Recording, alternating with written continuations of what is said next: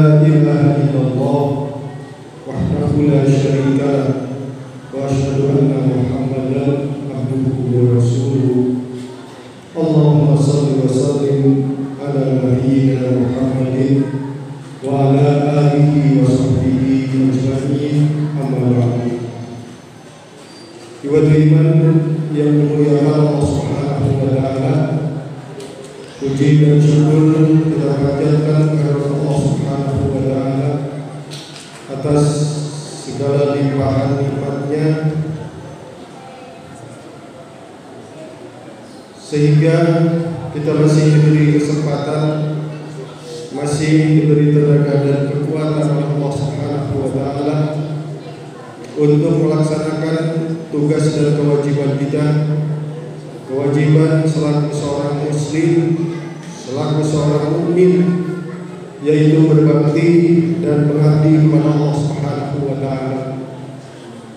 Bersyukur pula bahwa kita masih dipertemukan dengan bulan Ramadan, bulan yang penuh dengan keagungan dan keberkahan, dalam kondisi pandemi yang bulan Ramadan ini atau Ramadan ini adalah Ramadan yang kedua dalam situasi dan kondisi pandemi ini.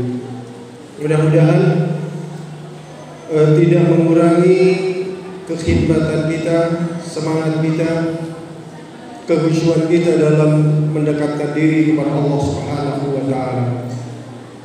Ikhwatul iman yang dimuliakan Allah Subhanahu wa taala, dalam setiap target dari ibadah pasti di akhirnya agar manusia, seorang hamba yang melaksanakan ibadah itu mencapai derajat takwa. Bahkan takwa yang diinginkan bukan hanya sekedar takwa, tapi takwa yang sebenar-benarnya takwa, haqqa tuqati. Bahkan lebih dari itu, mentargetkan ketakwaannya menjadi at-taqu. Jadi orang yang paling takwa di antara kita. Jadi bukan hanya sekedar takwa, tapi takwa yang sebenar-benarnya sampai kepada tingkatan yang at-taqu, orang yang paling bertakwa. Tentu target itu harus diawali dengan persiapan, harus diawali dengan pelaksanaan, dan pelaksanaan untuk mencapai tingkatan takwa sampai takwa yang sebenar-benarnya, takwa yang haqqa tuqati, takwa yang paling bertakwa at-taqu, melalui proses ibadah demi ibadah. Bagaimana bisa mencapai derajat takwa kalau kita tidak ibadah? Dan ibadah itu bisa dilaksanakan yang sampai kepada target menjadi orang yang bertakwa, tentunya harus diawali dengan keimanan. Jika ketika dia targetnya takwa, maka harus melalui amal soleh, melalui ibadah, dan ibadah itu harus dilandasi dengan keimanan. Jadi iman, ibadah atau amal soleh, yang ketiganya baru derajat atau target ketakwaan itu bisa didapat. Ikhwatul iman yang dimuliakan Allah Subhanahu wa taala, dalam Ramadan misalnya Allah sampaikan ya ayyuhalladzina amanu, iman dulu sebagai landasan untuk melaksanakan tugas dan kewajibannya. Dalam hal ini ibadah saum, baru kutiba alaikumusiyam, saum diwajibkan kepada orang yang beriman. Targetnya la'allakum tattaqun. Semua ibadah memiliki target seperti itu. Baik, untuk menjadi orang yang beriman tentu harus dilihat dulu siapa atau bagaimana menjadi orang yang beriman itu. Kalau iman diartikan percaya, maka kepercayaannya kepada apa, kepada siapa. Kalau iman itu kepercayaannya harus sampai kepada tingkatan yakin, maka keyakinan ini harus dilalui melalui ilmu pengetahuan, mengetahui siapa yang harus diimani. Kalau kaitannya dengan ibadah, pasti yang memerintahkan beribadah itu Allah, maka iman itu harus sampai kepada tingkatan di mana dia percaya, dia yakin bahwa Allah Subhanahu wa ta'ala yang memerintahkan ibadah saum. Yakin, percaya bahwa Allah Subhanahu wa ta'ala yang memerintahkan ibadah demi ibadah. Ibadah yang secara khusus maupun ibadah yang umum. Dan ibadah-ibadah yang dilakukan itu mencapai derajat takwa. Oleh karenanya sangat dituntut keimanan yang dimaksud adalah pengetahuan tentang perintah-perintah dari Allah. Sangat dituntut kalau disebut iman itu mengetahui sampai kepada meyakini tentang larangan-larangan Allah. Kalau kita mau menginventarisir berapa banyak perintah-perintah Allah, berapa banyak larangan-larangan Allah, sampai kepada menginventarisir kira-kira seberapa banyak perintah-perintah Allah yang dilaksanakan dan seberapa banyak larangan-larangan Allah yang ditinggalkan. Makanya ketika Allah Subhanahu wa ta'ala melalui lisan Rasulullah SAW, maka perintahnya ketika ibadah itu dilakukan harus didasari dengan keyakinan bahwa ibadah yang dia lakukan atas dasar tuntunan atau contoh yang diperlihatkan oleh Rasulullah SAW. Ini keimanan ini bukan hanya sekedar pengakuan, bukan hanya sekedar kepercayaan, bukan hanya sekedar keyakinan, tapi harus sampai kepada pengetahuan tentang perintah-perintah Allah, pengetahuan tentang larangan-larangan Allah, pengetahuan sampai apa yang dilakukan dalam beribadah itu atas dasar mencontoh, meniru yang disampaikan atau yang dicontohkan oleh Rasulullah SAW. Nah, kalau keimanan itu sudah tertanam dalam hati, dalam arti sudah mengetahui jenis-jenis perintah Allah, mengetahui larangan-larangan Allah, maka akan muncul dari keyakinan itu, dari pengetahuan itu, muncul keinginan, muncul hasrat, muncul niat ingin melakukan, ingin melaksanakan perintah-perintah itu. Timbul niat, timbul keinginan, timbul cita-cita untuk meninggalkan apa yang dilarang oleh Allah Subhanahu wa ta'ala.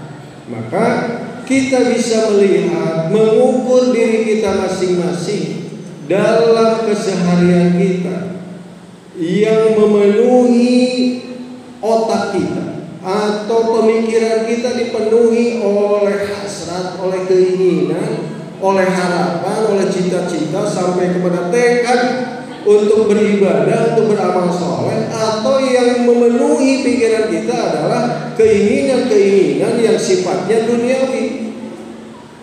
Bagaimana ibadah itu bisa dilaksanakan kalau dalam hatinya tidak ada niat, tidak ada hasrat, tidak ada keinginan, tidak ada tekad? Ketika kita lapar, timbul keinginan untuk makan. Ketika keinginan untuk makan itu akan berusaha bagaimana makan itu bisa didapat. Ketika kita mengetahui kewajiban-kewajiban yang dilakukan, maka akan timbul keinginan, harapan, cita-cita, bahkan tekad untuk melaksanakan perintah-perintah itu, untuk melaksanakan katakanlah kewajiban-kewajiban itu, untuk melaksanakan perintah-perintah agama.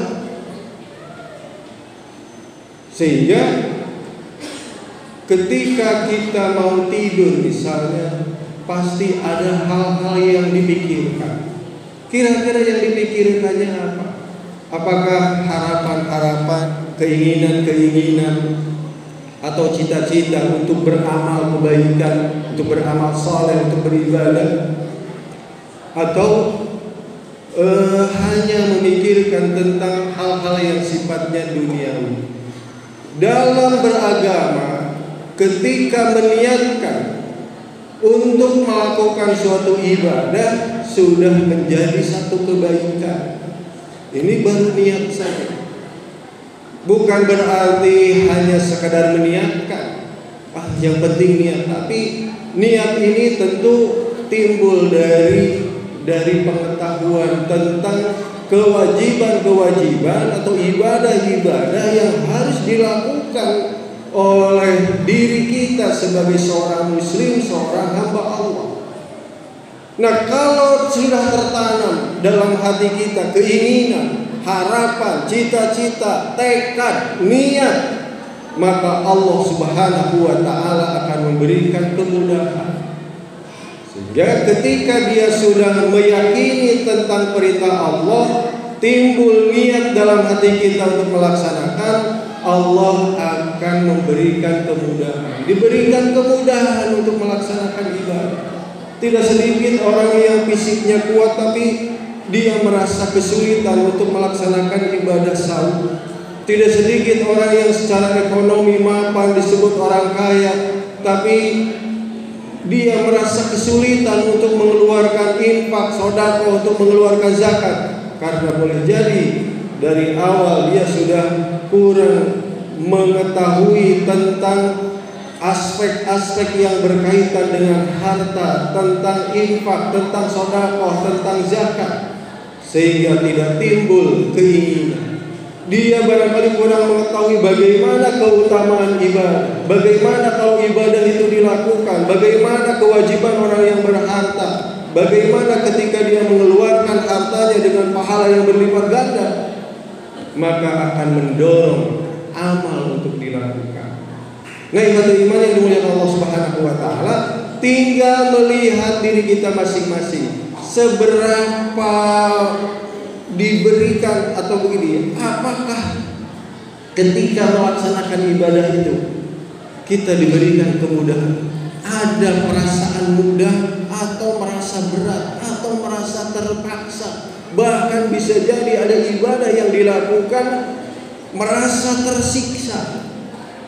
Nah, ini kaitannya dengan hidayah dari Allah Subhanahu wa ta'ala. Kalau Allah sudah memberikan hidayah kepada orang itu, yasrah sadrahu lil Islam, Allah akan memberikan kelapangan dalam hatinya untuk melaksanakan Islam, untuk taat kepada Allah Subhanahu wa ta'ala. Itu tidak datang sendirinya, tapi diawali dari keinginan, harapan yang sebelumnya dia harus mengetahui tentang kewajiban-kewajiban itu. Hadirin iman yang dimuliakan Allah Subhanahu wa ta'ala, berikutnya bahwa ketika dia diberikan kemudahan untuk melaksanakan perintah Allah, diberikan kemudahan untuk meninggalkan apa yang dilarang oleh Allah Subhanahu wa ta'ala, maka selanjutnya dia akan diberikan jalan keluar di mana dia dihadapkan dengan kesulitan. Ketika dia dihadapkan dengan kesulitan, pasti Allah Subhanahu wa ta'ala akan memberikan jalan keluarnya. Allah akan memberikan kemudahan. Jangan merasa diri kita tidak mampu untuk melaksanakan ibadah. Jangan merasa berat ketika ibadah itu dilaksanakan. Jangan merasa terbebani ketika ibadah itu menjadi kewajiban kita. Manakala kita sudah mengetahui kewajiban ini, kemudian meniatkan, Allah akan memberikan kemudahan, dan kesulitan-kesulitan problem yang dihadapi, Allah Subhanahu wa ta'ala akan berikan kemudahannya. Ingat bagaimana Ashabul Kahfi Dalam surat Al-Kahfi diterangkan, dijelaskan dengan begitu gamblang. Ashabul Kahfi digambarkan mereka adalah para pemuda yang mempertahankan agamanya, yang ingin mempertahankan akidahnya, keyakinannya di tengah-tengah upaya para penguasa yang ingin memberantas tentang orang-orang yang beriman. Sampailah terakhir kepada para pemuda yang berlari mencari perlindungan, mencari tempat yang aman. Dalam ayat itu dijelaskan, innahum fityatun amanu bi rabbihim. Lihat, mereka sudah diberikan label oleh Allah Subhanahu wa taala bahwa mereka adalah para pemuda. Tinggal para pemuda yang amanu bi rabbihim, yang beriman kepada Rabbnya, kepada Allah Subhanahu wa taala, mencari tempat untuk menyelamatkan agar akidahnya tidak rusak, tidak habis. Kalau ketahuan oleh penguasa akan dihabisi, akan dibunuh, dia rela meninggalkan kampung halamannya, sampailah di sebuah gua yang tidak ada yang enak di dalam gua, tapi Allah Subhanahu wa taala berikan kemudahan kepada mereka. Ketika kesulitan yang dihadapi, Allah kasih kemudahan, Allah kasih jalan keluar dari problem yang mereka hadapi. Apa jalan keluar yang mereka dapatkan dari Allah Subhanahu wa taala? Mereka diberikan kenikmatan tidur sehingga terbebas dari beban hidup, terbebas dari ketakutan kejaran para penguasa. Mereka ditidurkan, terasa nikmat. Bukan semalam 2 malam, bukan sebulan 2 bulan, tapi ratusan tahun, 300 tahun lebih.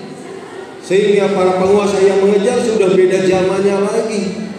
Ketika mereka bangun ternyata sudah 300 tahun lebih. Padahal anggapan mereka hanya 1 malam mereka diberikan nikmat tidur oleh Allah Subhanahu wa taala. Innahum fityatun amanu bi rabbihim, bahkan wazidnahum huda, Allah tambahkan petunjuk kepada mereka.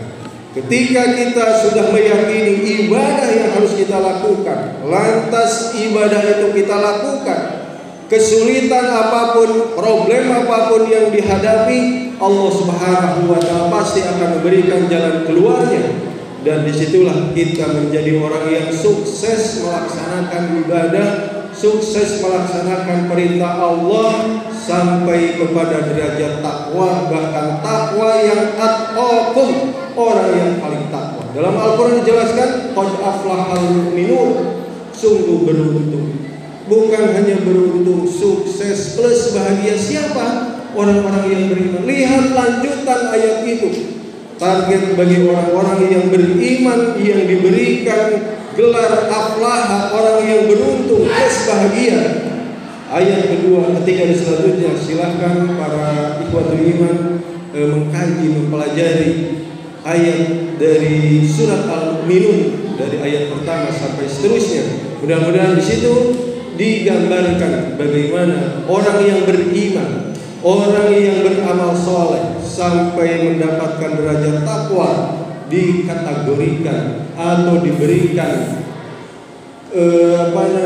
hadiah oleh Allah Subhanahu wa taala. Orang yang paling beruntung, orang yang paling sukses plus mendapatkan kebahagiaan. Mudah-mudahan ibadah-ibadah yang kita lakukan, termasuk rangkaian ibadah pada bulan Ramadan, sebagai wujud dari keimanan kita yang ditargetkan menjadi orang yang bertakwa, bahkan orang yang beruntung, orang yang sukses plus mendapatkan kebahagiaan dari Allah Subhanahu wa taala baik di dunia maupun di akhirat. Akhirul kalam, Rabbana atina fid dunya hasanah wa fil akhirati hasanah wa qina adzabannar. Wassalamualaikum warahmatullahi wabarakatuh.